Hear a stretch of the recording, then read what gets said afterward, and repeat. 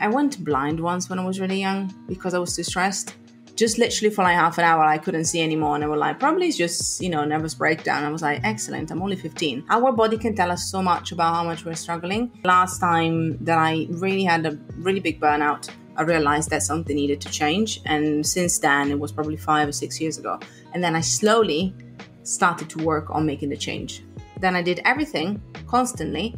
And now it's a journey, it's a practice, to find balance every single day.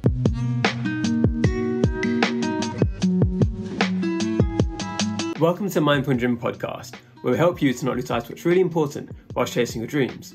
Today's guest is Fab Giovanetti, the founder of Creative Impact Co., which is a collective of hundreds of creators all trying to make a difference to the planet. Through her community and her work as a founder of a marketing school, she's reached over 100,000 people all across the world. She's a keen speaker, writer, published author, as well as guest lecturer across the UK. Her most recent book is Reclaim Your Time Off, a 3-step solution to overworking. I hope you enjoy our conversation today. Welcome, Fab. It's great to have you. So for the people who are joining us now, we've actually just done a double recording. So I've just appeared on Fab's podcast for Alt Marketing School. So you're going to be joining us where we've just been talking for an hour anyway. But now you're on my podcast.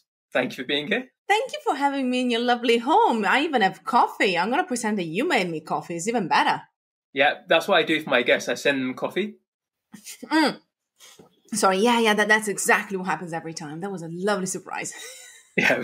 The first question I start off with is, what's some common advice you disagree with? The problem is with that question is I ask it all the time in both of my podcasts. And the problem is there are so many things that I disagree with these days. And I'm wondering if that is because I'm becoming older and I'm just like, I try this thing, it doesn't work. So please stop saying that, people. One of the pieces of advice that I agree with the most is, and it's funny, you have to wake up early in the morning. I'll explain why. The reason why is that it's not because I don't, because I'm an early bird and I love it. I wake up at 6 and I get so much stuff done. I get my exercise done all the way before 8. However, one of the things that I learned from my writing, but especially when I was writing my book, Reclaim Your Time Off, is that some people literally require a lot more time to get their energies level up. So they actually prefer to have more focused time during the afternoons. And I think this, because it's such a belief, it's such a piece of advice that everybody tells you have to wake up at 5 a.m., is almost a great reminder of all the other pieces of advice that I don't like, which are like, especially in the world of, entrepreneurship, productivity, self-help, you name it. We feel like we need to fit that box. We need, there's one person that will tell us exactly the thing that we have to do in order to be successful, more productive and stuff. And the waking up early is my token one that goes back to this idea that we're all different. I believe, and I know that you believe in this as well. Again, as you say, we talked for an hour, so I know that it's important to remember that your work and the way that you want to live should be led by your values and your lifestyle. Your goals are great, but you need to make sure that you're living a life that doesn't make you miserable at 5 a.m. because you're waking up and having to throw coffee in your face in order to be able to function. I've had a few friends who have read, it's Robin Sharma's book, isn't it, about waking up at 5 a.m. Oh, waking up at 5 p.m. would be great. And they followed it really rigorously for 2 weeks, and then they've hated it. But they've had this burst of motivation, like, I need to do what Robin Sharma says. But it's like, why? Why do you need to do that? You've got to do what's right for you. And I think I've changed my own routine quite significantly over the last couple of years, because for a while I was waking up, rolling out of bed and working straight away. So I sleep in for as long as I possibly could. Then I felt rushed because I was going straight from sleep to work. Whereas now I have that time where I'm just laying in bed for half an hour, like staring at the ceiling, looking out the window, scrolling on my phone, reading a book, whatever. And it's just me time. It's just time for me to slowly wake up and get ready for the world. Whereas you don't need to wake up, meditate for 2 hours, then go to the gym, then make your extra special breakfast that's going to give you everything that you ever need in life. You just find out your routine that works for you. And if what you're doing at the moment isn't working for you, adjust it, try something else, experiment. And coming to that, it's one of the things I disagree with as well, is this idea that you need to stick to your routines. Because if a routine's not working for you, ditch it, find a new routine. Don't just do it just because somebody's told you this is going to make you successful. And that's what I think the 5 a.m. thing really is at its core, isn't it? It's this idea that this person is successful and they do wake up at 5 a.m. So I need to wake up at 5 a.m. too. And there's also an element of, going back to what you just said, there's also an element of you will change your priorities in life because life changes. And I'm not 20 no more. I mean, might be looking like it because of this lightning, but I'm not 20 no more. And when I was 20, no responsibilities, my life plans were further away. It was all about let's, again, talking about struggles, we'll talk about balance in a bit, but not very balanced because it was all about work and I was really passionate about my work. And now I am getting married and then I will probably look at having a family, and I need to appreciate that will change the way that my routines work because there are other people in your life that you need to start thinking about. And again, I don't understand why we have to be so stubborn about the way that we want to be, as in this worked 5 years ago, it has to work right now. We are humans, we change, we grow, we evolve. And also we want to make sure that we have a social life as well. We want to make sure that people like us. We want to make sure that we fill our life with more than just goals and spreadsheets and targets. And I'm a marketer, and I like goals, spreadsheets and targets, but they're not everything that we're cracked to be. There's so much more than that. And I think we need to sometimes remember that. Well, firstly, congratulations on your wedding next month. Looking at that, you said in your 20s, you struggled with a balance where you were working too hard because you loved your job and it affected other areas of your life. Can you go into that in a bit more detail? Like, how did you get through that stage and what helped you to kind of change your mindset around that? It actually goes back, again, I will have to go back to my book because that's the reason why I wanted to write the book for such a long time. Because, again, it's called Reclaim Your Time Off. It's all about, obviously, finding a way to stop overworking. And there's an assumption that I wrote this because the pandemic happened. The truth is, this book, I've been working on it and looking at the research of what I've been doing with my clients for the past 8 years, because since pretty much the first year in business, I got to the point where I was like, I'm working 60 hours a week on my own dream, call it. I was working, obviously, at one business at the time called Creative Impact, which is what I still have. And I was working all the time. And I was finding that because I had this mentality that the first 5 years you're going to struggle, you're going to work really hard. And then magically the work fairy comes up and she's like, you're done now. Now the time is expanding for you. And I was like, yes. After 5 years, that didn't happen. I was like, okay, maybe I am the one that has to change, or something has to change when it comes to me and the way that I'm approaching this. And this is, as I said, why I started thinking about how can I help other people reclaim my time and myself.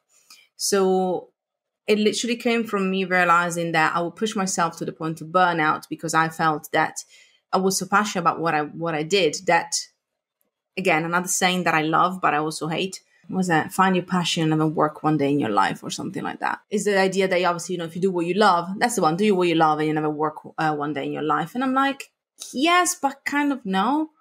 You still have to put the work in. You still have to potentially do the admin. You still have to do the emails. You still have to do some of the stuff. You still have to be in front of your desk. Maybe you're enjoying it, but it's still not you going on an adventure or having a date with your friends or doing other things. So we need to appreciate that time is time that we're spending on things that might not be all the life is about. And I think that, to me, it came from a form of literally being not able to get out of bed, or I went blind once when I was really young because I was too stressed. Just literally for like half an hour, I couldn't see anymore. And they were like, probably it's just, nervous breakdown. I was like, excellent. I'm only 15. Just to give you an idea, our body can tell us so much about how much we're struggling. And I think the last time that I really had a really big burnout, I realized that something needed to change. And since then, it was probably 5 or 6 years ago. And then I slowly started to work on making the change. Again, I don't want people to believe that, again, I then somehow had this epiphany about the system that I talk about in the book, and in a day it was all changed. No. Then I did everything constantly, and now it's a journey, it's a practice, to find balance every single day. And that's kind of how it developed. Yeah. So you mentioned quite a few interesting things there. One of the things I want to pick up on is, so my background is economics. I studied economics at university, and a lot of the people I went to university with then went on to become bankers or consultants. And the kind of lifestyle that a lot of us lived was this idea that, oh yeah, we're going to do this for 2 years. We have to work 80-hour weeks, whatever, and then we're going to get out.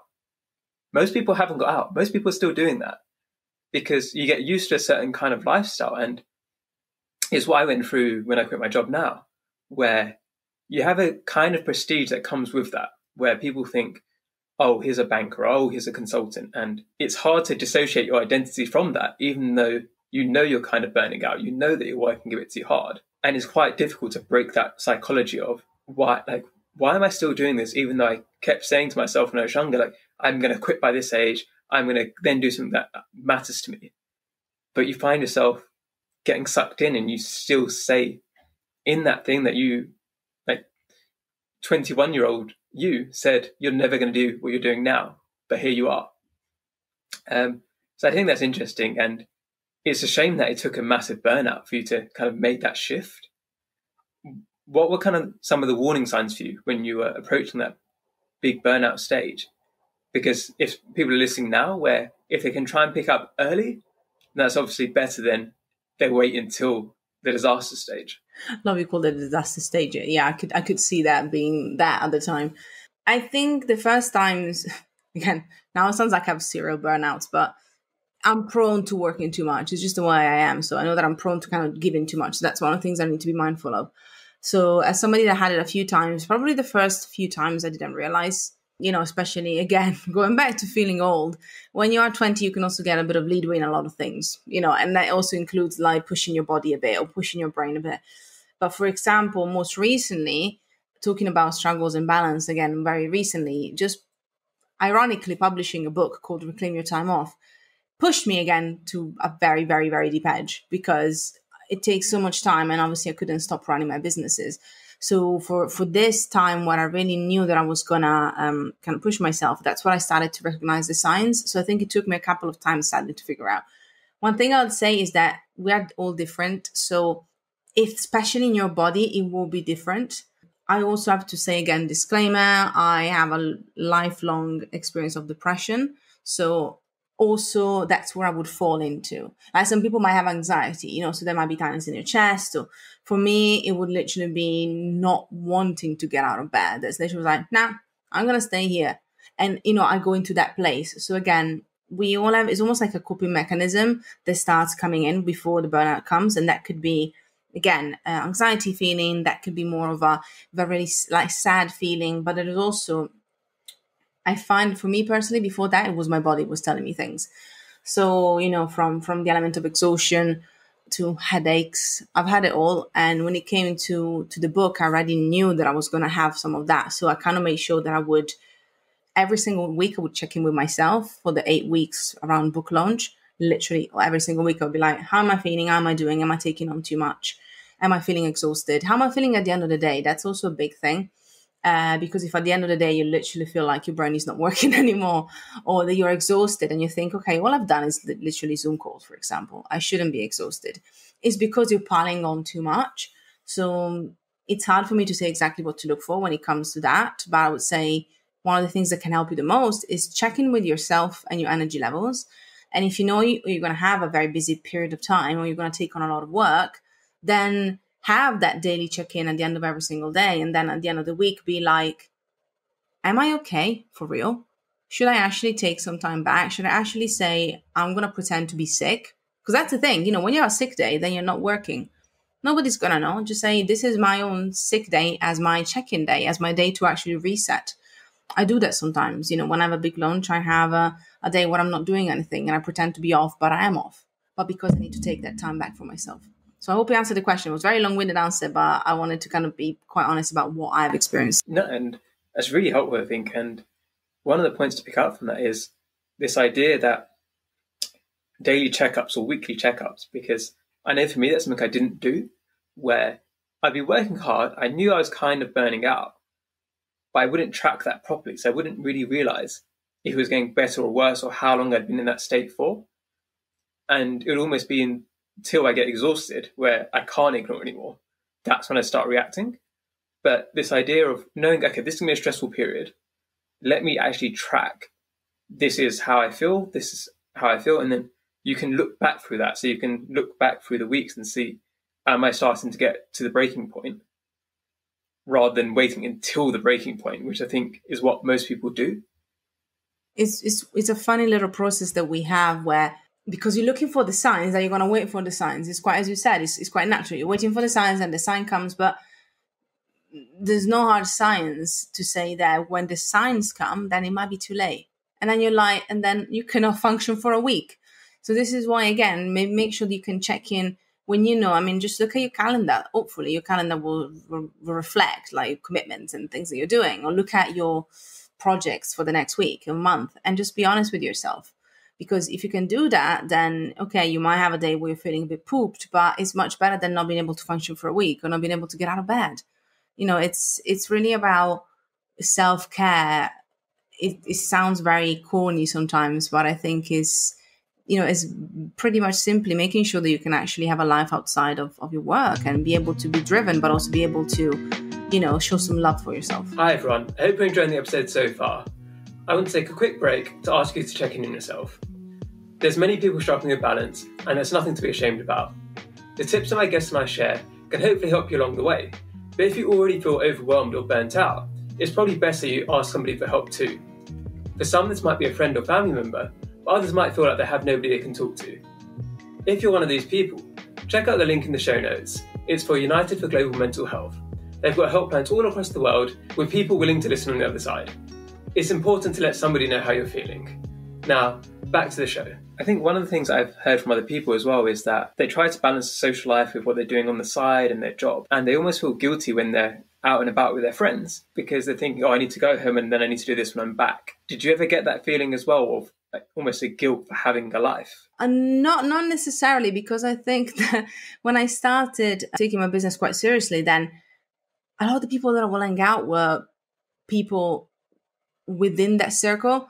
I used to live in London. I'm so close, but I used to live in London, and I still had people in the online world, but the circles, and because of what creative impact is as well, a lot of the people will be like business buddies, so it's kind of friends, but it's kind of business. So, I'll be invited to loads of events just for the industry, just for work. So I started slowly to replace my not quote unquote normal friends with work friends. So it kind of didn't become like that because that was my way to actually get out. What happened was at some point I had to kind of step back and be like, I just want to see my normal friends and talk about normal things and just talk about like randomness instead of just constantly talking about how your business is going, which is great. Don't underestimate the power of networking and connecting with peers, but sometimes it's just nice just to have a lull or just go karaoke. And, these little things make a massive difference, I think. So that's kind of what I found for myself. That's basically what I would have done. It's one of these points, again, where I've heard people say about kind of ditching the friends that aren't in the same world as them. And I agree with you completely. It's really important to have friends who don't understand what you do and don't really care what you do. They're friends with you because of your personality outside of your business. And for example, with me, most of my friends don't read my articles. I'm hoping they're listening to this podcast now. But it's the truth. It's that they're not friends with me because I'm a creator or because of what I produce. They're friends with me because of all the stuff I don't talk about and all of the shared memories we have. And I think it's really important for people not to wrap up their entire identity in their career and their work, which I'm finding is happening a bit too often now, especially people who are doing a job then a side hustle. They kind of see having the frivolous time of just time with friends who are just chilling out with you as time that can be cut because it's not productive. So replace them with work friends instead, like you ended up doing. One of the other things you mentioned before this is that you keep one day free per week where you don't have any meetings. Could you talk a bit more about that? It's one of my favorite things that I started doing before the book came out, and then kind of went out the window slightly for that time. And then it's kind of one of those things, right? So I adapt to it. I just want people to listen again, not to think, OMG, that's what she does now all the time. It's like, no. But when I can, at times that I know there's nothing big happening, that's what I would do. What I tried, and then it's been working really well, was understanding where was my time spent basically most of the week. And again, it goes back to the book in Reclaim Your Time Off. I talk about the step 0 of the 3-step solution is actually being mindful of where your time is going and understanding exactly, not just assuming and guessing.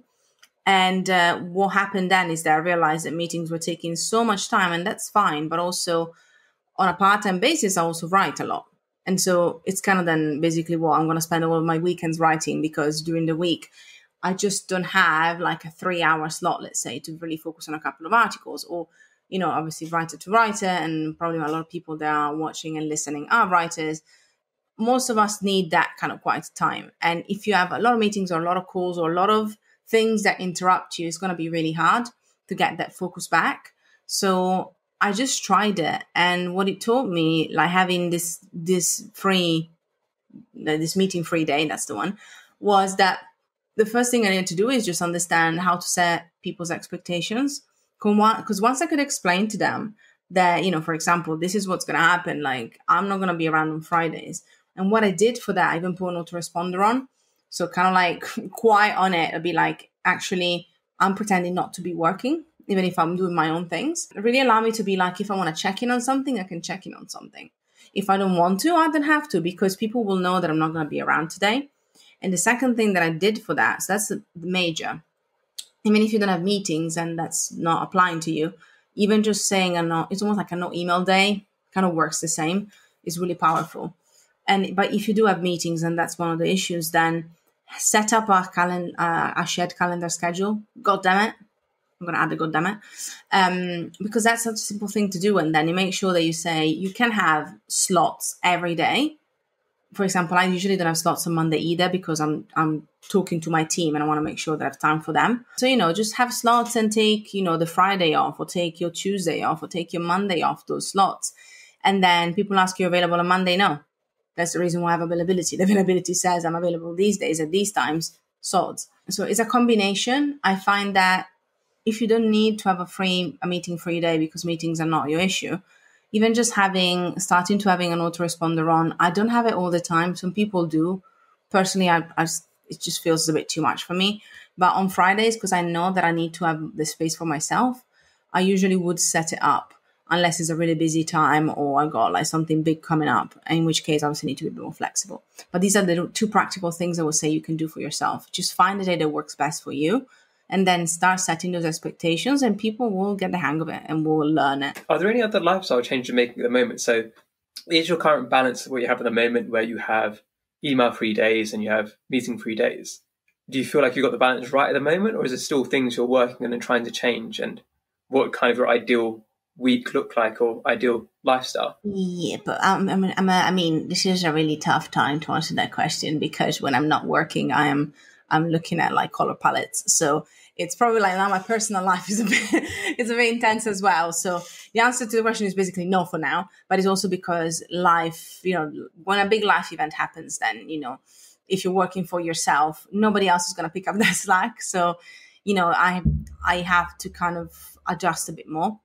But if I were to say then what I would like it to go next, I think one of the big things is that I still do some consulting one-to-one with some clients and also some startups, so both individuals and startups. But I want to launch properly the new project, or marketing school. I want to properly launch it, but I just need to have a bit of time to do that. And I need to have a bit of time to understand how to kind of get the next steps like all lined up. And that is a problem in itself, because again, I don't have time. So this is kind of being where I have to be able to find that balance. So in an ideal world, what I have now, which I would like to make even better, because I have different, not even streams, different brands, right? So I have Monday and Tuesdays, usually creative impact. And I'm happy with that. And then Wednesday, Thursday, and Fridays are a bit more rocky. There's a bit of everything else going on. So in an ideal world, I would even have Monday and Tuesday creative impact. And then maybe again, one day just for writing, just to really focus on that. And then maybe like 2 days of all marketing school stuff. So kind of being able to manage everything without doing everything. Obviously, context for creative impact, I have a couple of team members. So, manage everything so that I know on each day kind of what is my main focus, and I can have meetings or talks or communication for the different brands on the different days. Right now, I'm halfway there. And I think until probably autumn, if not the beginning of next year, I'm not going to be fully there, but I'm okay with that because I know I'm working towards it. That's the way that works best for me. If I know that one day I'm focusing on that one thing, I can give everything to it, and I'm not feeling guilty or angry because I'm not putting enough time on something else. Yeah, I think I'm going to try and introduce a similar structure for myself, where I've got so many different things I'm doing, but if I'm doing a bit of each day, I end up getting nothing done and I just feel exhausted. Whereas if I block it out, so let's say Friday morning I'm editing podcasts or whatever it is, so I know that's my time to do it. It just gives you a bit more structure as well to the week. Whereas if it's just, here's a million different tasks, now try and slot them in somewhere. It's nice to say, okay, this is going to happen on this day, this is going to happen on this day, and you get that nice routine going. The next thing I want to find out from you is, what's one mindset shift that you think people could make that would make a positive difference in their life? Play more. It's like reintroducing play. Literally, I had a lovely chat with a great lady, like an author. She's called Bernadette Russell. Her book is called How to Get Hopeful. We talked about the book for creative impact. And she said like the importance of laughter, especially in times where we're trying to look for hope. So I'm going to actually take it wider and just say in general in life. I think if we were to laugh a bit more, if we were to be embracing play and even boredom in the book, in Reclaiming Time Off, I talk a lot about boredom specifically, but even just play is a massive mindset shift. Like, play is for children, or play is, don't have time to play. And I'm like, yeah, you have. It doesn't mean you have to literally go and play with Play-Doh, or you have to go and, I don't know, and have and join a football match if you don't like football. It's not that. It's just literally do something for the hell of it. And maybe play for you is adventure and exploring, and that's totally fine. But genuinely embracing more play, it's something that I think we can all do, and embracing more laughter as well. When you try to add that every day, just like you will have your meditation every day, or you will have your other highly functioning productive thing going on every day, add play every day. Add a bit more of that, like levity and a bit of lightness. Like, the world is giving us a lot of heaviness these days, which is fair enough. It is where it is. So let's bring back a bit of the light, a bit of the joy, a bit of the lol and the doofs. We're talking about embracing the weird. I know that I'm a bit weird. I'm Italian. I have that vibe of me, and I embrace that. But it also reminds me that I'm feeling at my best when I just have a bit more fun and I just take myself a bit less seriously. There's a quote that I'm trying to remember now, which is, I think I'm getting this right, is the opposite of play isn't work, it's depression. Because people often say like work hard, play hard and things like that. They're putting work and play as opposites, when it doesn't need to be like that. It's not like work has to be really, you have to hate your work and then you play in your own time. If you can do it right, then work can be enjoyable too. And you can have a laugh with people. So I have like several meetings every week, right? And it's like people reaching out to me that I've never spoken to before. And my calls often overrun because I'll have a chat with them. And for them, it's really refreshing because they're used to people being so business focused and it being point after point after point and efficiency. But like life isn't all about efficiency. I could get way more done in a small amount of time if I wanted to, but then I wouldn't build the same relationships. I wouldn't have as much laughter in my day if all my meetings were so cold because it was just about the work. And it means I get to know people a bit better. Like it's worth those taking a bit more time to make them more enjoyable to me. And I think that's one of the ideas, like you said, about just introducing more play. Like you don't need to be so serious all the time because it doesn't matter who you're speaking to. Like everybody wants to have fun. Like there's nobody in this world that you're working with who just like, they just care about like the business or they just care about productivity. Most people will want to have friendships and relationships as well. So I think that's one kind of thing to just think about is it's being professional, yes, but that doesn't mean you need to be boring. That's actually an excellent point. I was, again, doing yesterday on the podcast, and they were asking me about like what makes me unique and such. And I said, I started embracing my weirdness and who I am, not feeling like I had to feel professional, because then the way that I conduct business, whether it's creative impact, whether it's Medium, whether it's my website, my consulting, anything, I'm still very professional in the way that set expectations, meet deadlines, I'm clear on things. Obviously, if something is falling out the cracks, I apologize and stuff like that. However, it doesn't mean that I cannot be me. And I think once I understood that, I was like, oh, okay, I can just rest. I can just relax. And professionalism doesn't come from you being quote unquote stuffed. It actually comes from you being able to, to deliver what you said, to be on time, to meet expectations. It's not about how many big words you use or whether you have tattoos or not. Even just my appearance sometimes made me feel a bit conscious. I was like, I'm plenty of tattoos on my body. Doesn't mean I'm not professional. No, I know my shizzle. I've been doing marketing for 10 years. Own that. And then again, bring your personality to it. That's what people want, isn't it? They want to connect with people, not with LinkedIn profiles. Yeah, I completely agree. And I just see it so often where I think sometimes it's a mechanism for imposter syndrome, right? Where because you don't believe in your own abilities, you put on this really not professional, but like polished personality, which doesn't really reflect who you are. And what I found is most people who are very good at what they do often show much more of their personality because they have the confidence in their abilities. And it shines through, like you trust them because they're willing to make jokes, they're willing to say things. Whereas somebody who looks like they're reading from a script, you start worrying about, well, do I want to trust this person? Because it doesn't seem like they seem so stressed about what they're doing.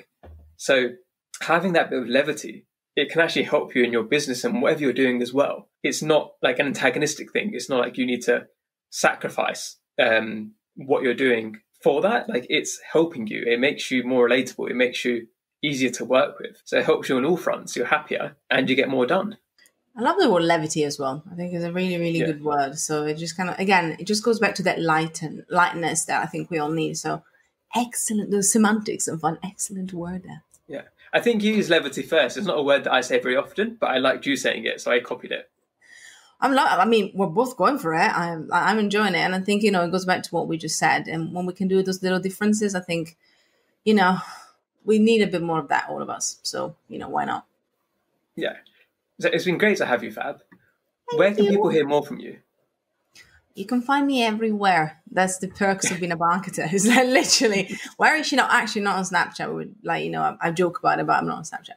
You can find me online, both on my website or on social at Fab Giovanetti. So obviously either fabgiovanetti.com or everywhere on social, FabGiovanetti. Also a Medium, Fab Giovanetti, literally, .medium.com. If you are more of a creator or an expert when it comes to like making a positive impact in the world, you can check creativeimpact.group. If you're interested in marketing and or are a marketer, or marketingschool.com can also be a cool place to go. And finally, apologies, my book, Reclaim Your Time Off, you can find it in all good bookstores. But if you can give to independents, that's a good thing. I always like to say that. So bookshop.org actually is a great place to get the book as well. I always find it funny when people say all good bookshops, but it's like, well, what if there's some bad bookshops too? What if there's some evil ones? We don't want the evil ones to win. Yeah. The final thing is, what's one small thing that's brought you joy recently? Karaoke night. Probably would have been a different answer, like if it wasn't the last weekend we went karaoke, and it was an absolute blast. I was singing, Dancing with Somebody when I was singing Whitney Houston and Bon Jovi, Living on a Prayer, like nobody's business, and Journey as well. Obviously, Don't Stop Believing. It was an absolute blast. And again, going back to play, it's a great reminder of that. It was excellent.